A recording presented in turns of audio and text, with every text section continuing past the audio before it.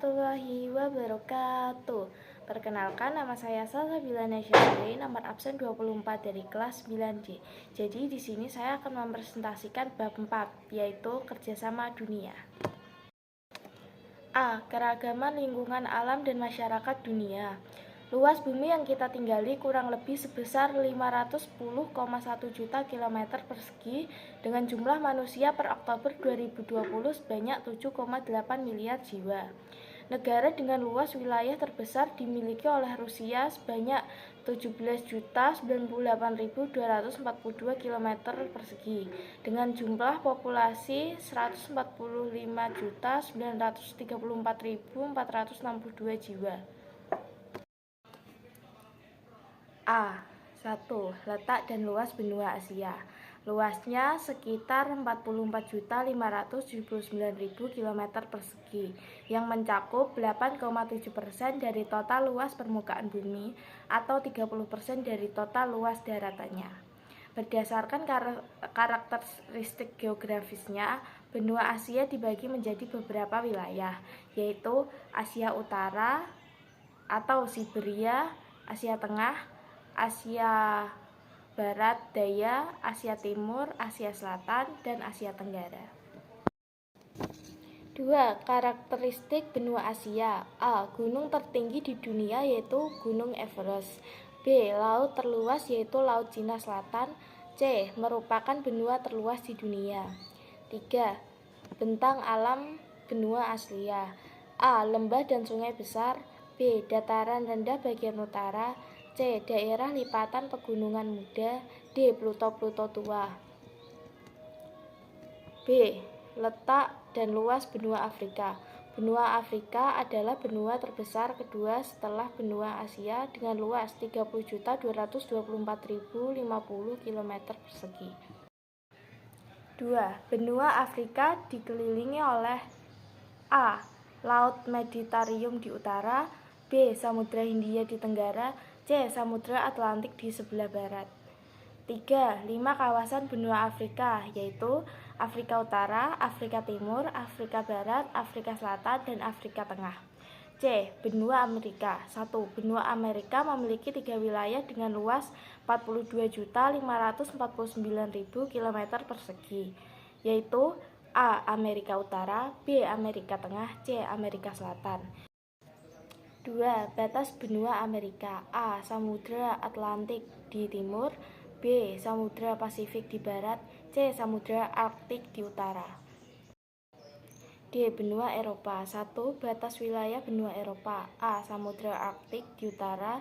B. Samudra Atlantik di barat. C. Asia di timur. D. Laut Tengah di selatan. 4 kawasan benua Eropa. A. Eropa Barat. B. Eropa Timur. C. Eropa Selatan. D. Eropa Utara. Benua Australia. 1. 8 wilayah benua Australia. A. Australia Utara. B. Australia Selatan. C. Australia Barat. D. Victoria. E. New South Wales. F. Queensland. G. Tasmania. H. Daerah khusus ibu kota. 2. Batas wilayah Australia. A. Samudra Hindia sebelah selatan. B. Samudra Hindia sebelah barat. C. Samudra Pasifik sebelah timur. D. Laut Timur sebelah utara. 2. Bagaimana persebaran awal manusia modern di dunia? Menurut temuan-temuan arkeologis, para ahli sepakat bahwa pemunculan awal manusia modern berasal dari daratan Afrika. Kemudian manusia modern migrasi ke seluruh dunia melalui jalur utara menuju Eropa, Asia, Australia, dan Amerika. 3. Bagaimana bentuk keragaman masyarakat dunia? Keragaman masyarakat dunia dapat dikenali dari 3 hal, yakni etnik, bahasa, dan agama. Kelompok etnik atau suku bangsa adalah sekumpulan masyarakat yang memiliki ciri-ciri budaya yang sama. Contoh kelompok etnik atau suku bangsa di Indonesia seperti Aceh, Minangkabau, Dayak, Madura, Bugis, Papua, dan sebagainya. Keragaman ras. Ras merujuk pada perbedaan fisik dalam populasi manusia, seperti warna kulit, bentuk mata, dan tekstur rambut. manusia datang dalam berbagai ras, termasuk Kaukasoid, Mongoloid, dan Negroid. Meskipun terminologi ini tidak lagi digunakan secara luas karena dianggap simplifikasi yang tidak akurat. C. Penting untuk diingat bahwa ras adalah konsep sosial yang kompleks dan tidak memiliki dasar ilmiah yang kuat. Keberagaman etnis dan suku. A. Etnisitas dan suku bangsa mengacu pada kelompok sosial yang memiliki ikatan budaya, sejarah, bahasa, dan identitas bersama. Contoh suku bangsa termasuk suku Zulu di Afrika Selatan, Maori di Selandia Baru, dan Navajo di Amerika Serikat. Keragaman bahasa. 1. India, lebih dari 1.600 bahasa yang diakui dengan bahasa-bahasa utama termasuk bahasa Hindia, Bengali, Telugu, Marathi, Tamil, dan banyak lainnya.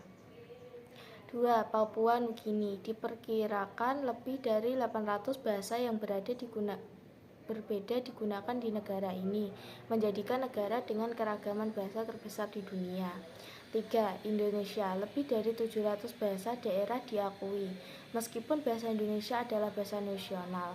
4. Nigeria, lebih dari 500 bahasa yang berbeda digunakan, termasuk bahasa-bahasa utama seperti Hausa, Yoruba, Igbo, dan Inggris. 5. Kamerun, lebih dari 250 bahasa yang berbeda digunakan dengan bahasa Prancis dan Inggris sebagai bahasa resmi.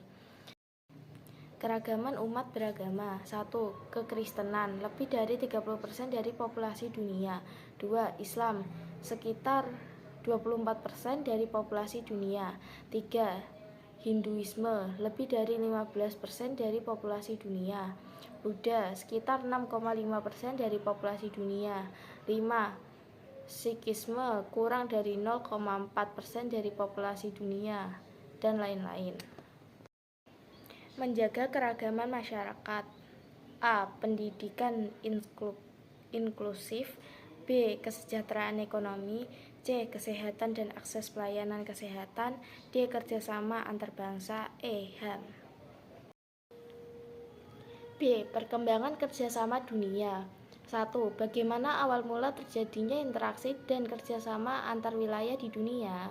Peradaban yang maju pada umumnya berada di daerah lembah sungai, misalnya peradaban kuno di lembah sungai Eufrat dan Tigris atau Mesopotamia atau Irak, lembah sungai Indus, lembah sungai Nil, lembah sungai Huangho.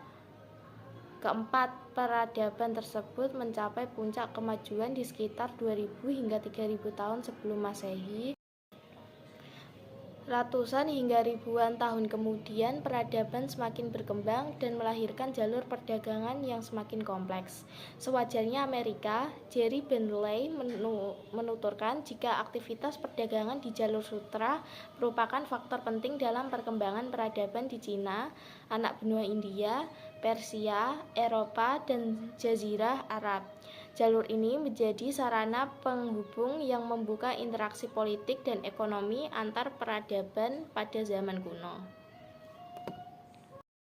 Apa itu kerjasama internasional? Kerjasama atau hubungan baik antara dua negara atau lebih yang memiliki kesepakatan tertentu untuk saling memenuhi kebutuhannya dinamakan kerjasama internasional. Terjadinya kerjasama menghasilkan produk yang bisa memenuhi kebutuhan rakyatnya.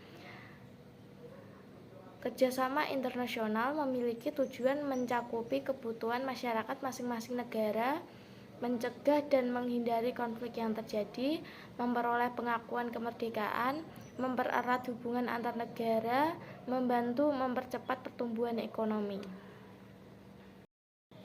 3. Bagaimana bentuk-bentuk kerjasama internasional? Kerjasama bilateral adalah kerjasama yang dilakukan oleh dua negara. Kerjasama ini dilandasi oleh hubungan baik dan manfaat yang saling menguntungkan. Contoh kerjasama bilateral. A. Kemitraan ekonomi komprehensif Indonesia-Korea.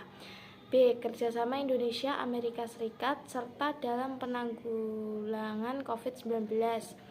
C. Kerjasama Indonesia dan Brasil dalam peningkatan mutu genetik protein hewani dan pengembangan peternakan nasional. D. Kerjasama Indonesia dan Jerman dalam penanaman modal usaha seperti Krakatau, Steel, dan Industri Pesawat Terbang Nusantara atau IPTN. E. Kerjasama Indonesia dan Jepang melalui pertukaran pelajar dan mahasiswa. F. Kerjasama Indonesia dan Asia Pasifik dalam ekonomi serta perdagangan. G. Kerjasama Indonesia dan Arab Saudi dalam penanganan ibadah haji. B. Kerjasama regional. Kerjasama regional ialah kerjasama yang dilakukan oleh beberapa negara di satu kawasan tertentu. Contoh dari kerjasama regional adalah ASEAN di Asia Tenggara, APC di Asia Pasifik, atau Uni Eropa di Eropa. Kerjasama regional memberikan berbagai manfaat bagi negara-negara anggotanya. 1. Memperkuat hubungan ekonomi dan perdagangan antar negara. 2. Meningkatkan daya saing ekonomi. 3. Mempromosikan stabilitas politik dan keamanan. 4. Memfasilitasi kerjasama di bidang sosial, budaya, pendidikan, dan pariwisata. 5. Mengatasi permasalahan lintas batas. C. Kerjasama multilateral. Kerjasama multilateral adalah kerjasama antara beberapa negara di berbagai kawasan dunia, antara lain Perserikatan Bangsa-Bangsa atau PBB, Organisasi Perdagangan Dunia, Organisasi Kerjasama Islam atau OKI, dan lain-lain. Kerjasama multilateral memiliki dua jenis anggota, yaitu anggota utama dan anggota aktif. Anggota utama merupakan negara yang memiliki kekuatan menengah, sedangkan anggota aktif merupakan negara yang berperan secara terbatas atau dapat dikatakan pula memiliki kekuatan lebih kecil daripada anggota utama. 4. Profil beberapa lembaga kerjasama internasional. A. ASEAN atau Perhimpunan Bangsa-Bangsa Asia Tenggara adalah organisasi kawasan yang mewadahi kerjasama 10 negara di Asia Tenggara. Anggota ASEAN yakni Indonesia, Malaysia, Filipina, Singapura, Thailand, Brunei Darussalam, Vietnam, Laos, Myanmar, dan Kamboja. Tujuan ASEAN. 1. Mempercepat pertumbuhan ekonomi, kemajuan sosial, serta pengembangan kebudayaan di wilayah Asia Tenggara. 2. Meningkatkan perdamaian dan stabilitas. 3. Peningkatan bantu dalam memecahkan masalah yang berkaitan dengan kepentingan bersama. 4. Saling membantu baik dalam bidang sarana-sarana latihan dan juga dalam bidang pendidikan, profesional, administrasi, dan teknik. Prinsip-prinsip dasar. 1. Saling menghormati kemerdekaan, kedaulatan, kesetaraan, keutuhan wilayah, dan identitas nasional semua bangsa. 2. Hak setiap negara untuk memimpin eksistensi nasionalnya. 3. Non-campur tangan dalam urusan internal satu sama lain. 4. Penyelesaian perbedaan dan perselisihan dengan cara damai. 5. Penolakan ancaman atau penggunaan kekerasan. 6. Kerjasama yang efektif di antara anggota negara ASEAN. B. Uni Eropa. Tahun 1993 merupakan tahun resmi terbentuknya Uni Eropa melalui penandatanganan perjanjian yang disebut sebagai Perjanjian Maastricht. C. PBB. PBB atau Perserikatan Bangsa-Bangsa didirikan pada tanggal 24 Oktober 1945 sebagai kelanjutan dari Piagam Atlantik yang ditandatangani oleh Perdana Menteri Inggris dan Presiden Amerika Serikat pada 14 Agustus 1941 untuk mencegah meletusnya Perang Dunia Ketiga. Tujuan PBB. 1. Memelihara perdamaian dan keamanan dunia. 2. Mengembangkan hubungan persahabatan antar bangsa. 3. Mengembangkan kerjasama internasional dalam memecahkan masalah. 4. Menyelesaikan perselisihan dengan cara damai dan mencegah timbulnya peperangan. 5. Memajukan dan menghargai hak asasi manusia serta kebebasan. 6. Menjadi pusat kegiatan bangsa-bangsa dalam mencapai kerjasama yang harmonis. Badan Khusus PBB. 1. FAO. 2. ILO. 3. WHO. 4. UNICEF. 5. UNESCO. 6. IMF. 7. UNDP. D. G20. G20 adalah forum kelompok gabungan dari negara-negara maju. G20 juga merupakan forum global untuk membahas isu-isu moneter internasional dengan tujuan menjaga stabilitas keuangan internasional. G20 muncul pada tahun 1999. Peran nyata G20 adalah sebagai berikut. 1. Penanganan krisis keuangan global pada tahun 2008. 2. Kebijakan pajak. 3. Kontribusi dalam penanganan pandemi COVID-19. 4. Isu lainnya termasuk perdagangan, iklim, dan pembangunan. C. Tujuan pembangunan berkelanjutan. 1. Apa itu tujuan pembangunan berkelanjutan? Pada bulan September tahun 2015, PBB mengadakan sidang umum dengan tema Agenda 2030 untuk Pembangunan Berkelanjutan. Sebagai hasilnya, seluruh negara menyepakati sebuah program yang bernama Tujuan Pembangunan Berkelanjutan atau TPB, yang mulai diberlakukan terhitung sejak tahun 2016. 2. Apa saja isi tujuan pembangunan berkelanjutan? 17 poin yang mencakup berbagai isu terkait dengan kondisi dunia. A. Tanpa kemiskinan. B. Tanpa kelaparan. C. Kehidupan sehat dan sejahtera. D. Pendidikan berkualitas. E. Kesetaraan gender. F. Air bersih dan sanitasi layak. G. Energi bersih dan terjangkau. H. Pekerjaan layak dan pertumbuhan ekonomi. I. Industri, inovasi, dan infrastruktur. J. Berkurangnya kesenjangan. K. Kota dan permukiman yang berkelanjutan. I. Konsumsi dan produksi yang bertanggung jawab. M.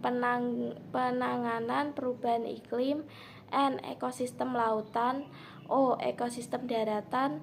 P. Perdamaian, keadilan, dan kelembagaan yang tangguh. V. Kemitraan untuk mencapai tujuan. 4 pilar pembangunan yang berkelanjutan, yaitu A. Pilar pembangunan sosial yang bertujuan tercapainya pemenuhan hak dasar manusia yang berkualitas secara adil dan setara untuk meningkatkan kesejahteraan bagi seluruh masyarakat. B. Pilar pembangunan ekonomi bertujuan tercapainya pertumbuhan ekonomi berkualitas melalui keberlanjutan peluang kerja dan usaha, inovasi, industri inklusif, infrastruktur memadai, energi bersih yang terjangkau, dan didukung kemitraan. C. Pilar pembangunan lingkungan yang bertujuan tercapainya pengelolaan sumber daya alam dan lingkungan yang berkelanjutan sebagai penyangga seluruh kehidupan. D. Hukum dan tata kelola yang bertujuan terwujudnya kepastian hukum dan tata kelola yang efektif, transparan, akuntabel, dan partisipasif untuk menciptakan stabilitas keamanan dan mencapai negara berdasarkan hukum. 3. Bagaimana kesimpulan terkait tujuan pembangunan berkelanjutan? Tujuan pembangunan berkelanjutan atau SDGs merupakan program pembangunan berkelanjutan yang ingin dicapai secara global pada tahun 2030. SDGs memiliki tujuan mulia, yakni hendak mencapai kualitas kehidupan manusia yang lebih baik dalam aspek ekonomi, sosial, maupun lingkungan.